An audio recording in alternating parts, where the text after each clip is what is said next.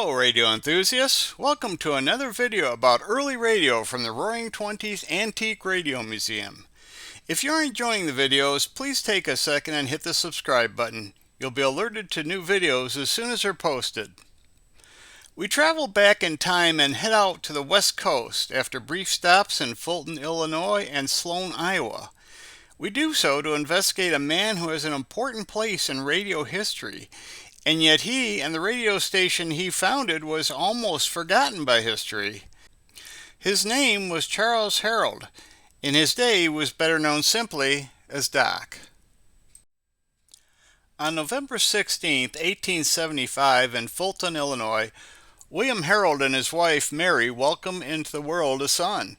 They named him Charles David Herrold, and little did they know at the time their newborn baby boy would be an important part of radio history. When Charles was 7 years old, the family moved to Sloan, Iowa. It was in Sloan that Charles began his education. He quickly showed an aptitude for science and math. Before he finished his first year of schooling, Charles built a functioning telegraph line, quite an achievement in those days. In 1888, the family would move again, this time to a farm in San Jose, California. After completing high school, Herrold became fascinated with the work of Guillermo Marconi and read everything he could find out about Marconi's work. Herrold enrolled at Stanford University in 1894. One of his classmates at Stanford went on to be involved in the federal government's licensing of radios. That same classmate would later become President of the United States. His name was Herbert Hoover. After attending the university for 3 years and before he could graduate, Herrold became ill and had to leave school. He returned to Stanford a year later when he had recovered and completed his 4th year at the university. After school, Herrold went to work at an electrical company in San Francisco. His job ended with the San Francisco earthquake of 1906. Herrold then moved to Stockton, California, and began teaching at Heald's College. One field of study for Herrold and his students was radio telephony.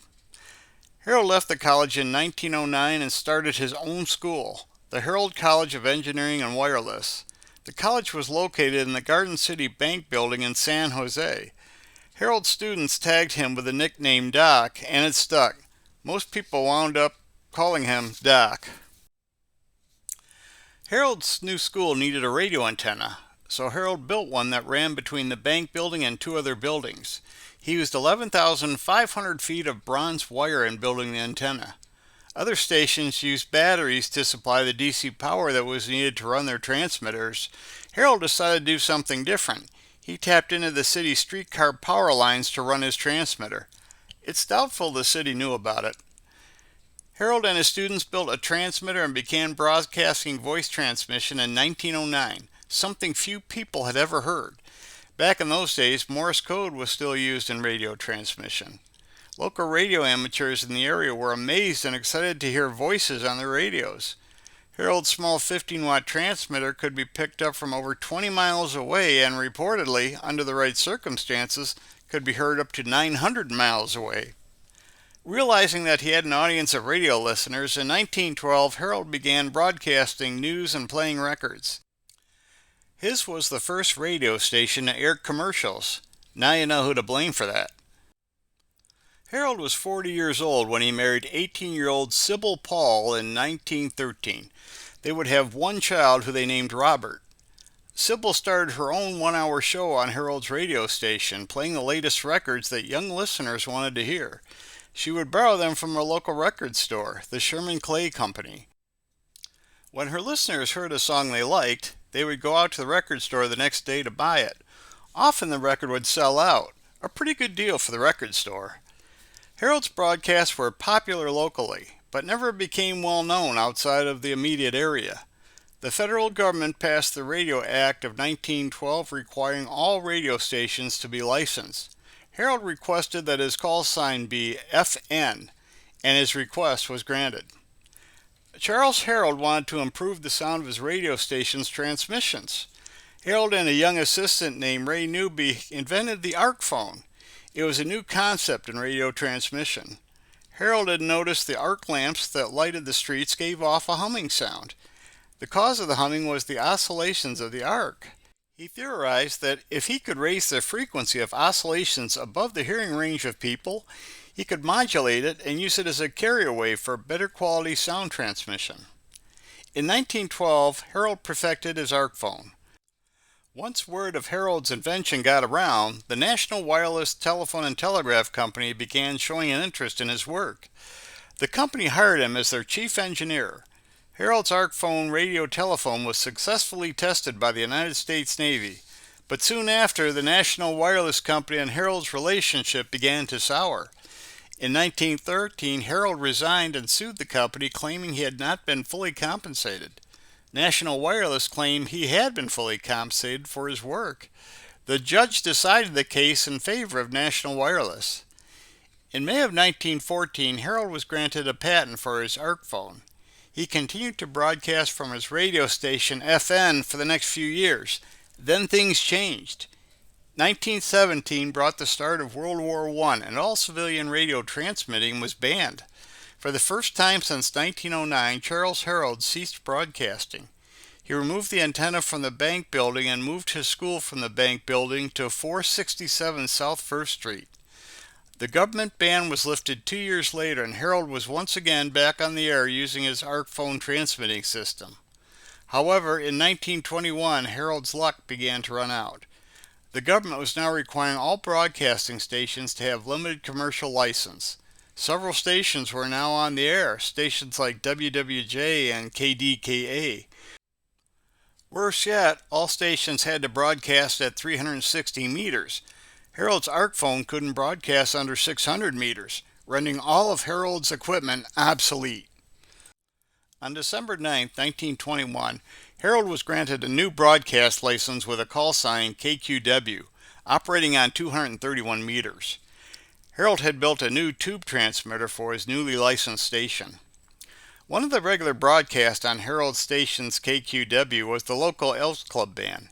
Instead of using a single carbon button microphone to broadcast the band's music, Herrold would attach a microphone to each instrument, a technique that caught on at radio stations across the country. Charles Herrold would continue to run KQW through 1924. However, Herrold was not adept at finances and the station's funds ran dry. That same year brought the end of Herrold's marriage. Sybil was unhappy and she wanted a divorce. The divorce was granted and Sybil left with Herrold's son. She remarried less than a year later to a man named Henry True. True adopted Robert and his last name was changed to True. In 1925, Herrold was forced to sell his station. The First Baptist Church, which had been trying to get a radio license for some time, made a deal with Herrold to take over the broadcasting license. Herrold would remain program director with the church's new station. The church would have to raise $20,000 to equip the new radio station, and did so far quicker than most would have predicted at the time. Two 150-foot towers were built integrated into the church building itself. Work was completed on the new station and broadcasting began on December 5, 1925. Shortly after KQW began broadcasting, the church was contacted by a distinguished journalist named Fred J. Hart. Some meetings with the church followed and an agreement was made that Hart would take over running the radio station. Hart took control of the station on January 15, 1926. Things did not go smoothly that first year. There was internal conflict within the station and criticism from some in the surrounding community.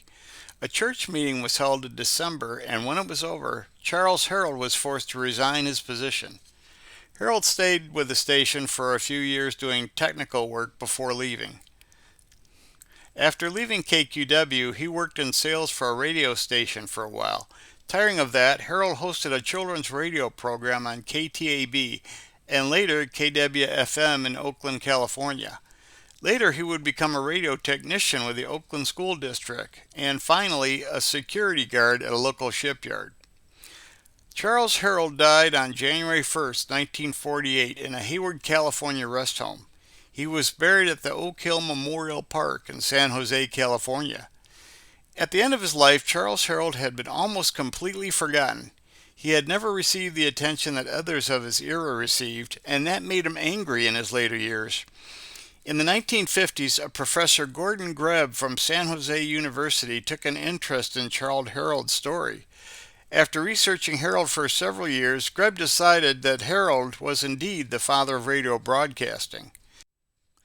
In the late 1950s, Professor Greb organized a celebration of Herrold's work and arranged for historic markers to be placed at the site of his first broadcast. Mike Adams, a dean at San Jose State University, teamed up with Gordon Greb and co-authored a book about Herrold. The book was published in 2003. It was titled Charles Herrold, Inventor of Radio Broadcasting. Historians generally support Herrold's claim to be the father of broadcasting. He had started broadcasting from his radio station over a decade before WWJ and KDKA. Herrold's radio station KQW ended up becoming a part of the CBS broadcasting system in the late 1940s, at which time CBS moved the station from San Jose to San Francisco and changed the station's call sign to KCBS. It's still on the air today. Thanks to Professor Gordon Greb and Mike Adams, Charles Doc Herrold will never be forgotten, and Doc Herrold can truly rest in peace. That's it for this video. There will be more to come as we continue to investigate the early history of the world's first mass medium, radio. Thanks for watching.